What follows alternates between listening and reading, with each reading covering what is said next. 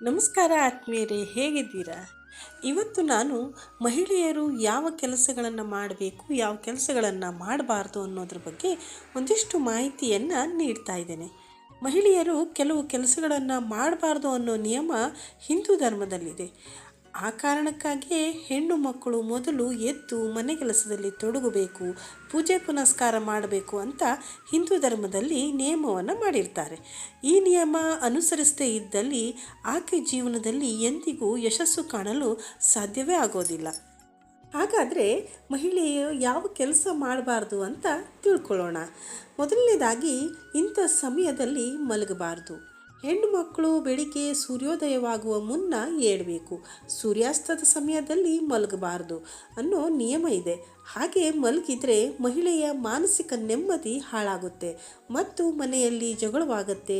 ಈ ರೀತಿಯ ಹೊತ್ತಿಲ್ಲದ ಹೊತ್ತಿಗೆ ನಿದ್ರಿಸುವುದು ದರಿದ್ರವೆಂದು ಹಿಂದೂ ಧರ್ಮದಲ್ಲಿ ಪರಿಗಣಿಸಲಾಗಿದೆ.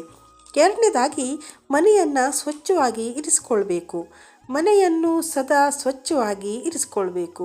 ಮನೆ ಸ್ವಚ್ಛವಾಗಿದ್ದಷ್ಟು ಮನೆ ಜನರ ಮಾನಸಿಕ ನೆಮ್ಮದಿ ಚೆನ್ನಾಗಿರುತ್ತೆ, ಅಲ್ಲದೆ ಆರ್ಥಿಕ ಪರಿಸ್ಥಿತಿ ಕೂಡ ಉತ್ತಮವಾಗಿರುತ್ತೆ. ಮೂರನೇದಾಗಿ ಕೋಪದಿಂದ ಅಡುಗೆ ಮಾಡಬಾರ್ದು. ಅಡುಗೆ ಮಾಡುವಾಗ ಹೆಂಗಸರು ಕೋಪ ಮಾಡಿಕೊಳ್ಬಾರ್ದು ಎಂದು ಹೇಳಲಾಗುತ್ತೆ. ಏಕೆಂದರೆ ಅಂಥ ಅಡುಗೆ ಸೇವನೆ ಮಾಡೋದರಿಂದ ಅನಾರೋಗ್ಯ ಉಂಟಾಗತ್ತೆ. ಅಂಥ ಅಡುಗೆಯಲ್ಲಿ ಸಾತ್ವಿಕ ಗುಣ ಇರೋದಿಲ್ಲ. ಅಂಥ ಹೆಂಗಸರು ಇರುವ ಮನೆಯಲ್ಲಿ ಅದೃಷ್ಟದ ಸುಳಿವು ಕೂಡ ಸಿಗೋದಿಲ್ಲ. ನಾಲ್ಕನೇದಾಗಿ ಮಾತಿಗೆ ಕೋಪಿಸ್ಕೊಳ್ಳೋದು. ಯಾವ ಹೆಂಗಸು ವಿನಾಕಾರಣ ಮಾತಿಗೆ ಕೋಪಿಸ್ಕೊಳ್ತಾಳೋ ಅಂಥ ಹೆಂಗಸಿರುವ ಮನೆಯಲ್ಲಿ ಎಂದಿಗೂ ನೆಮ್ಮದಿ ಇರಲು ಸಾಧ್ಯವೇ ಇಲ್ಲ. ಆ ಮಹಿಳೆಯ ಜೊತೆ ಇಡೀ ಕುಟುಂಬದ ನೆಮ್ಮದಿ ಹಾಳಾಗುತ್ತೆ. ಹಾಗಾಗಿ ಅಂಥ ಮಹಿಳೆಯೊಂದಿಗೆ ಜೀವಿಸಲು ಯಾರೂ ಕೂಡ ಇಷ್ಟಪಡೋದಿಲ್ಲ. ಆಕೆಗೆ ಮನೆ ಜನರು ಗೌರವ ಕೂಡ ಕೊಡೋದಿಲ್ಲ. ಐದನೇದಾಗಿ ಇನ್ನೊಬ್ಬರ ವಸ್ತುವಿಗೆ ಆಸೆ ಪಡೋದು. ಯಾವ ಹೆಣ್ಣು ಬರೀ ಇನ್ನೊಬ್ಬರ ವಸ್ತುವಿಗೆ ಆಸೆ ಪಡ್ತಾಳೋ ಅಥವಾ ಅದನ್ನು ಕದ್ದಾದರೂ ಸರಿ ತನ್ನದಾಗಿಸ್ಕೊಳ್ಬೇಕು ಎಂಬ ಭಾವನೆ ಹೊಂದಿರ್ತಾಳೋ ಅಂಥ ಹೆಣ್ಣು ಮಕ್ಕಳು ಜೀವನದಲ್ಲಿ ಎಂದಿಗೂ ಉದ್ಧಾರ ಆಗೋದಿಲ್ಲ. ಸಾವಿನ ತನಕ ಅವರು ಉದ್ಧಾರ ಆಗೋಕ್ಕೆ ಸಾಧ್ಯವೇ ಇಲ್ಲ. ಹಾಗಾಗಿ ತಮ್ಮ ಬಳಿ ಇರುವ ವಸ್ತುಗಳನ್ನೇ ಬಳಸಬೇಕು, ಅತಿ ಆಸೆ ಪಡಬಾರದು ಎಂದು ನಮ್ಮ ಹಿಂದೂ ಶಾಸ್ತ್ರದಲ್ಲಿ ತಿಳಿಸಲಾಗಿದೆ.